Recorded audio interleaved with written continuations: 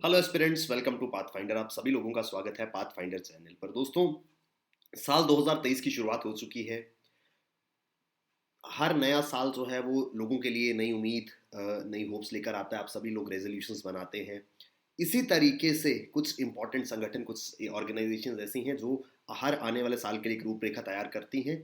इन्हीं ऑर्गेनाइजेशंस में या देश की इंपॉर्टेंट ऑर्गेनाइजेशंस में से शायद शीर्ष स्थान प्राप्त करने वाली भारतीय अंतरिक्ष अनुसंधान संगठन या इंडियन स्पेस रिसर्च ऑर्गेनाइजेशन की हम लोग बात करने वाले हैं। दोस्तों, इसरो, जिसे हम इसरो के नाम से जानते हैं, बहुत ही इंपॉर्टेंट ऑर्गेनाइजेशन है और इसका सक्सेस जो है उससे हम सभी भली भांति परिचित हैं। 2023 का साल जो है वो इसरो के लिए बहुत ज़्यादा महत्वपूर्ण रहने वाला है, क्योंकि जिस तरीके से पिछले कुछ समय में इसरो ने बहुत ही शानदार मुकाम हासिल किए हैं, उसी अपनी परंपरा को कायम रखते हुए 2023 में इसरो ने कुछ बहुत इंपॉर्टेंट मिशन जो है वो प्लान किए हैं। एक रूपरेखा जो है वो इसकी तैयार की गई थी। हम बात करने वाले हैं इसरो के इंपॉर्टेंट स्पेस मिशन की, जो कि देश के लिए इंपॉर्टेंट है और as a UPSC aspirant exam perspective से बहुत ज़्यादा महत्वपूर्ण है। इनके बारे में हम बात करेंगे। तो ये जो हमारी डिस्कशन है ये रहने वाली है उन सभी मिशन के बारे में जो 2023 वर्ष के लिए इसरो ने प्लान करके रखे हैं भारतीय अंतरिक्ष अनुसंधान संगठन में। तो सबसे मेरा नाम शुभम सरधालिया है। इस प्रिपरेशन जर्नी में मैं आपका एजुकेटर हूँ, आपका मेंटोर हूँ। अगर आप तैयारी कर रहे हैं सिविल सर्विस एग्जामिनेशन की, यूपीएससी एग्जाम में आप अपेयर होने वाले हैं, तो दोस्तों आपको ज़रूरत है गाइडेंस की, एक मार्गदर्शन की। ये मार्गदर्शन आपको प्रोवाइड कराया जाता है best educators of the country, देश के बेहतरीन एजुकेटर्स द्वारा, सिर्फ और सिर्फ अनअकैडमी पर। अनअकैडमी पे आपको वाइडेस्ट चॉइस ऑफ एजुकेटर्स मिलते हैं, जिनकी गाइडेंस, जिनका मार्गदर्शन आपको मिल पाएगा अगर आप एनरोल करते हैं हमारे प्लस और आइकॉनिक कोर्सेज में। दोस्तों, ये प्लस और आइकॉनिक कोर्सेज आपको आने वाले 1 साल, 1.5 साल या 3 साल, 2 साल के समय में बेहतरीन तरीके से तैयार करेंगे देश के सबसे बड़े एग्जाम यूपीएससी के लिए। आपको हमारे साथ जुड़ना है। बहुत ही जेन्युइनली प्राइस ये कोर्सेज है जिन पर आपको मैसिव डिस्काउंट्स मिलते हैं। अगर आप यूज़ करते हैं हमारा ये कोड SAR10, ये कोड आपको मैसिव डिस्काउंट्स हमारे सभी कोर्सेज पर दिलाता है। दोस्तों, 2023 के यूपीएससी प्रीलिम्स के लिए रफ्तार बैच जो है वो स्टार्ट किया जा रहा है। 2024 के लिए आरंभ बैच की शुरुआत की गई है। ये सभी बैचेज आपकी प्रिपरेशन जर्नी को शानदार बनाने के लिए, आपको हेल्प करने के लिए, ताकि आप इस एग्जाम को क्वालिफाई कर सके। किसी भी बैच में आप एनरोल करते हैं, यूज़ करना है कोड SAR10, क्योंकि मैसिव डिस्काउंट्स आपको ये कोड दिलाएगा। नो कॉस्ट EMI का ऑप्शन मौजूद है, यानी कि छोटे छोटे मंथली इंस्टॉलमेंट्स पे आप ये कोर्स फी जो है वो पे कर सकते हैं। दोस्तों, देश की प्रीमियर अंतरिक्ष एजेंसी भारतीय अंतरिक्ष अनुसंधान संगठन या Indian space research organisation has in its pipeline some of the biggest missions which are scheduled for the year 2023। 2023 वर्ष जो है वो भारत के अंतरिक्ष कार्यक्रम के लिए बहुत ही ज़्यादा महत्वपूर्ण रहने वाला है, क्योंकि भारतीय अंतरिक्ष अनुसंधान संगठन ने कुछ ऐसे मिशन इस साल के लिए प्लान करके रखे हैं जो कि बहुत ज़्यादा एम्बिशियस हैं। ऐसे प्रोजेक्ट्स जो शायद अभी तक नहीं हुए हैं इसरो के इतिहास में, उन मिशन को कैरी आउट किया जाएगा। इसरो ने जो प्लान किया है उसमें एक इंपॉर्टेंट मिशन है आदित्य L1। इसके बारे में हम बात करेंगे। आदित्य सूरज को कहा जाता है। सूरज के सतह की जानकारी के लिए आदित्य मिशन की प्लानिंग जो है वो की गई है। Then the most ambitious Chandrayaan 3। इसके अलावा दोस्तों, first of its kind the Gaganyaan mission जो है वो, गगनयान के बारे में आपने शायद जानते होंगे। गगनयान मिशन की टेस्टिंग की शुरुआत जो है वो 2023 में हो जाएगी, जो कि एक बेस बनेगा मोस्ट प्रोबेबली 2024 में होने वाले मैंड मिशन के लिए, जो कि भारत द्वारा पहला मैंड मिशन होगा स्पेस के लिए। अगर हम बात करें साल 2022 की, तो सिर्फ भारत ही नहीं, दुनिया की स्पेस एक्सप्लोरेशंस के लिए 2022 वर्ष बहुत महत्वपूर्ण रहा है। भारत ने जहां पर अपना पहला प्राइवेट स्पेस व्हीकल लॉन्च किया था, इसके बारे में हम एक वीडियो में ऑलरेडी बात कर चुके हैं। वहीं दुनिया ने अब तक की सबसे पुरानी तस्वीर देखी थी अपने जेम्स वेब टेलीस्कोप से। जिस जेम्स वेब टेलीस्कोप को टाइम मशीन भी कहा जाता है, तो दुनिया भर की अंतरिक्ष एजेंसियां जो है वो अलग अलग आयाम जो है वो हासिल कर रही थी। हम बात करेंगे भारतीय अंतरिक्ष अनुसंधान संगठन की। तो सबसे पहले let's talk about the Chandrayaan 3 mission, जो कि चंद्रमा के संबंध में एक मिशन होगा। लूनार मिशन है ये, तीसरा लूनार एक्सप्लोरेशन मिशन है। This will be the third lunar exploration mission which will be carried out by Indian space research organisation, जिसकी उम्मीद है कि ये जून 2023 में लॉन्च किया जाएगा, जिसके लिए इस्तेमाल होगा GSLV, geo stationary launch vehicle mark 3। Geo synchronous launch vehicle, geo stationary launch vehicle mark 3 stage rocket GSLV एक बहुत इंपॉर्टेंट लॉन्च व्हीकल है इसरो का। इसका इस्तेमाल किया जाएगा इस लूनार मिशन के लिए। ये चंद्रयान 1 और 2 के बाद का एक फॉलोअप मिशन होगा। चंद्रयान 2 मिशन जो कि आंशिक रूप से सफल रहा था, पूरे तरीके से सफल नहीं हो पाया था, क्योंकि उस मिशन में जो लैंडिंग थी चांद की सतह पर वो सॉफ्ट लैंडिंग ना होकर एक क्रैश लैंडिंग हुई थी, उसके बारे में भी हम बात करेंगे। हम समझेंगे कैसे चंद्रयान 2 मिशन में होने वाली जो प्रॉब्लम्स थी उनको ओवरकम किया जाएगा कि successfully Chandrayaan 3 mission carry out किया जा सके। लंबे समय से इसको टेस्ट किया जा रहा था ताकि पिछले चंद्रयान 1 और चंद्रयान 2 से ज़्यादा ड्यूरेबल जो इंस्ट्रूमेंट्स है वो इस्तेमाल किए जाए ताकि ये मिशन जो है वो कैरी आउट हो सके। चंद्रयान 3 को समझने के लिए हमें चंद्रयान 1 और 2 को समझना होगा। दोस्तों, Chandrayaan it comes from two words, ये दो शब्दों से बनता है, चंद्र और यान। चंद्र यानी मून एंड यान यानी के व्हीकल, एक ऐसा वाहन, एक ऐसा यान जिससे चांद की सतह पर जाया जाएगा। इसको चंद्रयान 1 का नाम दिया गया था। 22 अक्टूबर 2008 को पहली बार सतीश धवन स्पेस सेंटर श्रीहरिकोटा से एक मिशन जो है वो लॉन्च किया गया था, जिसने चांद के आसपास चक्कर लगाकर वहां पर अहम जानकारियां हासिल की थी, जिसमें सबसे इंपॉर्टेंट था लूनार वाटर, चांद की सतह पर पानी के होने की पुष्टि। इस चंद्रयान 1 से जो डेटा आया था उसी की मदद से इस बात की पुष्टि हुई थी कि चांद के ऊपर पानी मौजूद है, और बाद में इसी डेटा के आधार पर 2009 सितंबर में national aeronautics and space administration जो यूएसए का है, उन्होंने इस बात की घोषणा करी थी कि वाकई में चांद पर पानी जो है वो मौजूद है। तो चंद्रयान 1 की कंट्रीब्यूशन बहुत इंपॉर्टेंट थी क्योंकि दुनिया को हमने बताया था कि चांद के ऊपर पानी मौजूद है। उसके बाद दोस्तों चंद्रयान 1 जब सफल रहा, उसके बाद हमने प्लान किया चंद्रयान 2 मिशन। चंद्रयान 1 में हमने क्या किया था सर, ये चांद था, चांद के आसपास एक कक्षा में चंद्रयान मिशन 1 मिशन जो है वो गया था। इस स्पेसक्राफ्ट ने यहां से चांद की जानकारियां जो है वो लाई थी। अनडाउटेडली जब पहला मिशन सफल रहा तो हम एक स्टेप आगे जाना चाहते थे। हमारा दूसरा स्टेप जो था वो था चांद की सतह के ऊपर कदम रखना। We wanted to land on the surface of moon, so this was the plan for Chandrayaan 2 mission, जिसे भारतीय अंतरिक्ष अनुसंधान संगठन ने तैयार किया। इस मिशन को किस तरीके से कैरी आउट किया जाना था वो मैं आपको समझाता हूँ इस डायग्राम के माध्यम से। ये मून है सर। चंद्रयान 1 ही की तरह एक चंद्रयान 2 एयरक्राफ्ट जो है वो रहने वाला था, जो कि जाकर के चांद की ऑर्बिट में स्थापित होता।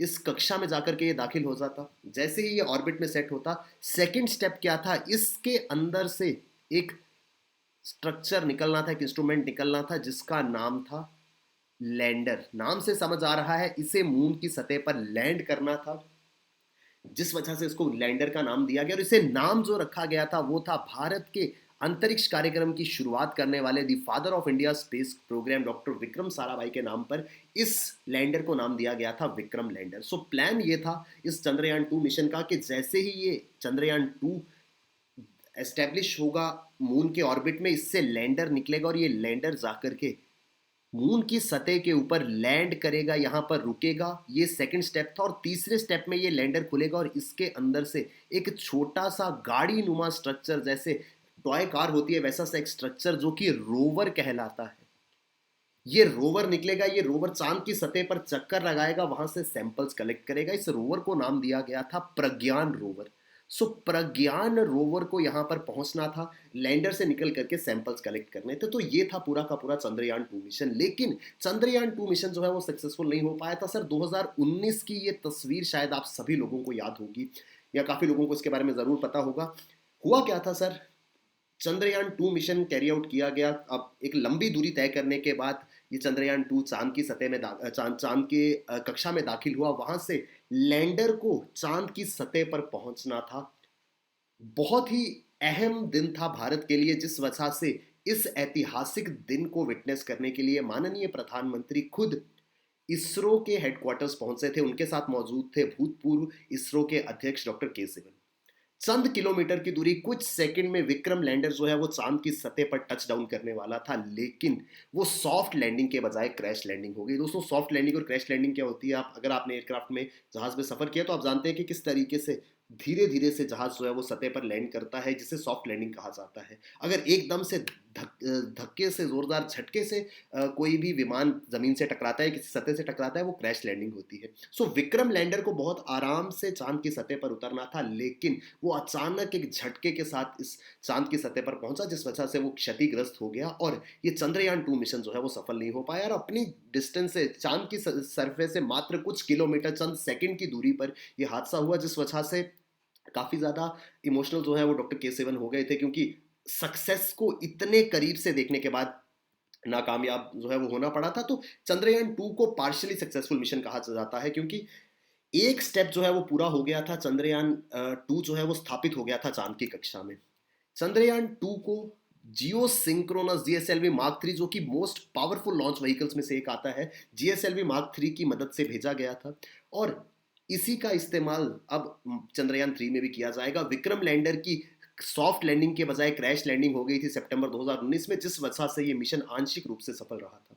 अब इसी दिशा में हम 2023 अगस्त के महीने में चंद्रयान 3 मिशन को कैरी आउट करेंगे, और इस बार बहुत इंपॉर्टेंस दी गई है लैंडर और रोवर को। इस मिशन को इस तरीके से डिजाइन किया गया है कि किसी प्रकार की क्रैश लैंडिंग जो है वो ना हो, और उद्देश्य ये है कि चांद के दक्षिणी ध्रुव की ओर, साउथ पोल की ओर जो है वो इसकी लैंडिंग कराई जा सके। तो दोस्तों ये है चंद्रयान 3 जो कि 2023 के लिए प्लान किया गया है। देन एक बहुत इंपॉर्टेंट मिशन कैरी आउट किया जाएगा जिसका नाम है गगनयान। 2024 वर्ष के लिए गगनयान मिशन को प्लान किया गया है, जिसमें 3 लोगों को 400 किलोमीटर दूर 3 दिन के एक ट्रिप पे भेजा जाएगा। अभी तक हम सैटेलाइट्स को भेजते हैं जहां पर कोई भी व्यक्ति नहीं जाता है, तो सैटेलाइट जाता है वहां स्टैब्लिश हो जाता है, लेकिन पहली बार हम क्या कर रहे हैं, हम सैटेलाइट के बजाय एक रॉकेट ऐसा भेज रहे हैं जिसमें इंसान मौजूद है। वो 400 किलोमीटर दूर जाएंगे, वहां 3 दिन गुजारेंगे और फिर वापस आएंगे। तो ये एक बहुत इंपॉर्टेंट स्पेस फ्लाइट कैपेबिलिटी होगी भारत की, जो अभी तक भारत नहीं कर पाया है। सो गगनयान मिशन जो है वो 2018 में माननीय प्रधानमंत्री जी ने 15 अगस्त के मौके पर इसकी घोषणा करी थी कि एक मैन्ड मिशन जो है वो भारत करेगा। उद्देश्य ये था कि 2022 तक इसको कैरी आउट किया जाएगा, लेकिन आप जानते हैं पेंडेमिक के कारण ये चीज़ें जो है वो डिले हो गई थी, और अब 2024 के लिए इसको प्लान किया गया है। और 2023 का वर्ष इसलिए इंपॉर्टेंट है क्योंकि इसकी टेस्टिंग फ्लाइट जो है वो 2023 में कैरी आउट की जाएगी, जिसके आधार पर यह डिसाइड होगा कि कब किस तरीके से मिशन कैरी आउट किया जाएगा। भारत के जो स्पेस मिशन है, अगर हम मार्स ऑर्बिटर मिशन या मंगलयान की भी बात करें, जो इस वजह से भी इंपॉर्टेंट है कि बहुत ही कॉस्ट एफिशिएंट मिशन है। सो ये गगनयान मिशन भी इसी तरीके का एक कॉस्ट एफिशिएंट मिशन होने वाला है, जिसमें हम 10,000 करोड़ की लागत से इस मिशन को कैरी आउट करेंगे, जबकि दुनिया के अलग अलग देशों ने इसको इससे कई गुना ज्यादा कॉस्ट पर कैरी आउट किया है। अगर ये मिशन सफल होता है, जिसकी हम कामना करते हैं, तो भारत जो है वो चौथा ऐसा देश बन जाएगा दुनिया का जो स्पेस फ्लाइट्स को carry out, human space flight को कैरी आउट कर सकेगा। ऑलरेडी रशिया, यूएस और चीन के पास ये कैपेबिलिटी है, तो भारत भी जो है उनकी उसमें शामिल हो जाएगा। 2024 में ये मिशन कैरी आउट किया जाएगा, 2023 में इसकी टेस्टिंग फ्लाइट्स जो है वो शुरू हो जाएंगी। गगनयान, गगन यानी आसमान, आसमान में जाने के लिए, इंसानों को ले जाने के लिए इस मिशन को कैरी आउट किया जाएगा। बहुत इंपॉर्टेंट है पृथ्वी के वायुमंडल से बाहर निकलना, स्पेस के अंदर पहुंचना, 400 किलोमीटर के हाइट पर जाकर के 3 दिन गुजारना, और फिर वापस सेफली अर्थ के सरफेस पे आना इस मिशन का इंपॉर्टेंट पार्ट होगा। एक और इंपॉर्टेंट मिशन है जो है आदित्य L1। ये एक ऐसा मिशन है जो सूरज के बारे में जानकारी के लिए भारत कंडक्ट करने वाला है। दुनिया भर के अलग अलग स्पेस एजेंसीज जो है वो सूर्य के बारे में जानकारी प्राप्त करने के लिए अलग अलग मिशन कैरी आउट करती हैं। सो भारतीय अंतरिक्ष अनुसंधान संगठन जो है वो उनके साथ में इस रेस में शामिल होने वाला है। उद्देश्य ये है कि 2023 में आदित्य L1 नाम के मिशन को भेजा जाएगा, जो लैग्रेंज पॉइंट L1 पर जाकर के स्थापित होगा। L1 क्या है, लैग्रेंज पॉइंट क्या है, इसको हम समझेंगे। दोस्तों आप सभी जानते हैं कि अंतरिक्ष में जब कोई भी ऑब्जेक्ट जाता है, उस पर सूरज का भी गुरुत्वाकर्षण बल लग रहा है और पृथ्वी का भी गुरुत्वाकर्षण बल लग रहा है। दोनों ओर से उसको खींचा जा रहा है, जिस वजह से उसको किसी भी जगह पे स्थापित करने के लिए फ्यूल की जरूरत पड़ती है। लेकिन सर लैग्रेंज पॉइंट ऐसे पॉइंट्स है जहां पर अगर किसी ऑब्जेक्ट को रख दिया जाए तो उस सूरज का और पृथ्वी का गुरुत्वाकर्षण बल जो है वो बैलेंस हो जाता है। मान लीजिए ये पेन जो है ये लैग्रेंज पॉइंट पे है, इसको इस तरफ से सूरज खींच रहा है, इस तरफ से पृथ्वी खींच रही है, लेकिन लैग्रेंज पॉइंट ऐसी जगह होगी जहां से जितना बल सूरज लगा रहा है उतना ही बल पृथ्वी भी लगा रही है, जिस वजह से ये पॉइंट यहाँ पर, ये पेन यहाँ इस पॉइंट पे फिक्स्ड हो जाएगा, ना इस तरफ जाएगा और ना इस तरफ जाएगा, और इसी जगह पर आकर ये गोलाकार घूमता रहेगा। उसे लैग्रेंज पॉइंट कहा जाता है। लैग्रेंज पॉइंट वो है जहां पर अर्थ का ग्रेविटेशनल पुल जो है वो कैंसल आउट हो जाता है because of the gravitational pull of sun. यहां पर कोई भी ऑब्जेक्ट अगर प्लेस किया जाता है तो उसको सूरज और पृथ्वी का समान गुरुत्वाकर्षण बल मिलेगा, जिस वजह से वो ना तो सूरज की तरफ जाएगा ना पृथ्वी की तरफ जाएगा। इस जगह पर रहकर इन दोनों के एक इक्विलिब्रियम में रहकर वो गोल आकार में घूमना शुरू कर देगा। तस्वीर के माध्यम से अगर हम देखें तो सर ये है आपका सन, ठीक है जी, ये सन है, यहां पर है ये L1 पॉइंट और ये है अर्थ। तो अर्थ और सन के बीच में कहीं पर यहाँ कहीं जो ग्रेविटेशनल फोर्स है अर्थ और सन की बैलेंस हो जाती है, जिस वजह से ये लैग्रेंज पॉइंट कहलाता है। टोटल 5 लैग्रेंज पॉइंट्स हैं, L1, L2, L3, L4, L5। यहाँ पर L1 इस पॉइंट के ऊपर आदित्य मिशन को जो है वो स्थापित किया जाएगा, जिस वजह से इसको नाम दिया गया है आदित्य L1 मिशन। सो यहाँ पर एक चीज और होगी, इस पॉइंट पे रहने के कारण सोलर इक्लिप्स या लूनर इक्लिप्स जैसा कोई भी इंपैक्ट इस पे नहीं आएगा। हर समय पर ये सूरज का क्लियर कट व्यू ले पाएगा, सूरज के बारे में जानकारी हासिल कर पाएगा, और इसमें कम से कम एनर्जी का यूज होगा, क्योंकि ग्रेविटेशनल फोर्स बैलेंस होने के कारण इसको इस पॉइंट पर बनाए रखने के लिए ज्यादा एनर्जी की जरूरत जो है वो नहीं पड़ेगी। यहां पर कांस्टेंट व्यू जो है वो आता रहेगा सन का। ऐसे ही मिशन जो है वो अलग अलग एजेंसीज ने किए हैं। फॉर एग्जांपल सोहो नाम से सोलर एंड हीलियोस्फेरिक ऑब्जर्वेटरी नासा और यूरोपियन स्पेस एजेंसी की सैटेलाइट है, जो लैग्रेंज पॉइंट पर रह करके सूरज को ऑब्जर्व करती है, और उसी दिशा में भारत का आदित्य L1 पॉइंट भी जो है वो काम करेगा। ये करीब 1.5 मिलियन किलोमीटर अवे है अर्थ से, यानी 15 लाख किलोमीटर दूर है पृथ्वी से। ये डिस्टेंस जो है वो पृथ्वी और सूरज के टोटल डिस्टेंस का 1/10 है, यानी इससे 10 गुना ज्यादा दूर है सूरज। सो ये हमारा आदित्य L1 मिशन है, ये तीसरा इंपॉर्टेंट मिशन है। इसके अलावा दोस्तों एक और इंपॉर्टेंट कैपेबिलिटी भारत हासिल करने की कोशिश कर रहा है, जिसका नाम है रीयूजेबल लॉन्च व्हीकल टेस्ट। तो दोस्तों रीयूजेबल लॉन्च व्हीकल टेस्ट दरअसल क्या है, इसके लिए हमें समझना होगा कि कैसे आज के समय में सैटेलाइट जो है वो आसमान में भेजी जाती हैं। हम लॉन्च व्हीकल का इस्तेमाल करते हैं जिसमें अलग अलग स्टेजेस होती हैं। लॉन्च व्हीकल स्टेजिंग के बारे में हमने साइंस एंड टेक्नोलॉजी, यहाँ पर साइंस एंड टेक्नोलॉजी का कंसेप्ट आता है दोस्तों। साइंस एंड टेक्नोलॉजी के लेक्चर्स आपको हमारे चैनल पर मिल जाएंगे, वो पूरी की पूरी प्लेलिस्ट फॉलो कीजिए, आप इस पर्टिकुलर लेक्चर को बहुत अच्छे से समझ पाएंगे। लॉन्च व्हीकल जो है वो कुछ इस प्रकार का एक वाहन नुमा स्ट्रक्चर होता है, जिसके यहाँ पर मौजूद होता है क्या, यहाँ पर रहेगा आपका पेलोड, जो कि कोई सैटेलाइट हो सकता है, कोई इक्विपमेंट, कोई मशीनरी हो सकती है, जिसे स्पेस में ले जाया जाता है। इस लॉन्च व्हीकल को अलग अलग स्टेजेस में डिवाइड किया जाता है। ये स्टेजेस चैम्बर्स की तरह होते हैं जिनके अंदर भरा रहता है फ्यूल। तो ये फ्यूल 1, फ्यूल 2, फ्यूल 3 इस तरीके से है। जैसे जैसे एक एक चैम्बर का फ्यूल खत्म होता जाता है, ये स्टेज अलग होती जाती है, और जब तक ये लॉन्च व्हीकल स्पेस में पहुंचता है, ये सारे के सारे स्टेजेस से अलग होकर के बिखर चुके होते हैं। तो क्या होता है कि हर बार लॉन्च व्हीकल जो है वो नया बनाना पड़ता है, यानी कि इस पेलोड के लिए लॉन्च व्हीकल बनाया, स्पेस में पहुंचकर ये बिखर गया, और अब ये किसी काम का नहीं रहेगा। इस वजह से लॉन्चिंग कॉस्ट जो है वो बढ़ जाती है, क्योंकि हर बार नया लॉन्च व्हीकल बनाना था। ऐसा समझिए कि आप अपने घर से जितनी बार निकल रहे थे, आप एक गाड़ी लेके जा रहे थे, और गाड़ी में प्रॉब्लम ये थी कि आप जितनी बार घर से बाहर निकलेंगे उसके बाद वो गाड़ी जो है वो किसी काम की नहीं रहेगी। अगले बार आपको घर से निकलने के लिए नई गाड़ी परचेज करनी पड़ेगी। तो आप समझ पाएंगे कि हर बार जब घर से जाना था, नई गाड़ी खरीदना कितना कॉस्टली अफेयर था। ऐसे ही भारतीय अंतरिक्ष अनुसंधान संगठन को काफी ज्यादा कॉस्ट जो है वो बियर करना पड़ता है, क्योंकि लॉन्च व्हीकल जो है वो रीयूज नहीं हो पाता। अब इसरो जो है वो इस कैपेबिलिटी पे काम कर रहा है कि हम एक एयरक्राफ्ट, जैसे विमान होता है ना, लोगों को बिठा के टेक ऑफ करता है और फिर वापस लैंड कर जाता है, उसी तरीके से हम एक लॉन्च व्हीकल जो है वो बनाएंगे, जिसमें ये कैपेबिलिटी होगी कि वो पेलोड को लेकर के स्पेस में जाएगा और वापस फिर आ जाएगा, पेलोड को वहां छोड़कर अर्थ के ऊपर एक विमान की तरह लैंडिंग जो है वो कर लेगा, सो दैट इसको दोबारा से यूज किया जा सके। इसे नाम दिया गया है रीयूजेबल लॉन्च व्हीकल टेस्ट।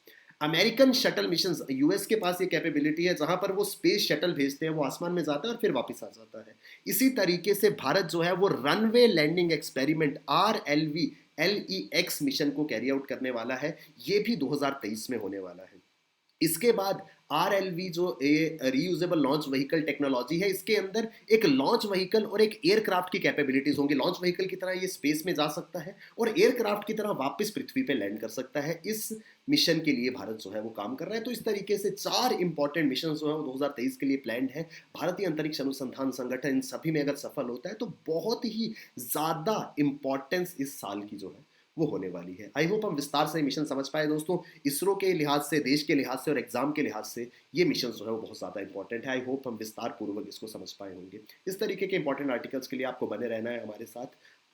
अगर आपने पाथफाइंडर चैनल को सब्सक्राइब नहीं किया तो सब्सक्राइब जरूर कर लीजिएगा, क्योंकि यहाँ पर आपको इस तरीके से बेस्ट ऑफ द फैकल्टी द्वारा यूपीएससी एग्जाम प्रेपरेशन से संबंधित लेक्चर्स जो है वो प्रोवाइड कराए जाएंगे। अगर आप इस एग्जाम को क्वालिफाई करना चाहते हैं, अगर आप भविष्य में खुद को ब्यूरोक्रेट के रूप में देखना चाहते हैं, आपको जुड़ना होगा हमारे प्लस और आइकॉनिक कोर्सेज में, जहां पर आपको कंप्लीट यूपीएससी प्रिपरेशन कराई जाएगी बहुत ही जेन्युइन प्राइस पर। इसके लिए आपको यूज़ करना है हमारा कोड SAR10, तो ये कोड ज़रूर याद रखिएगा।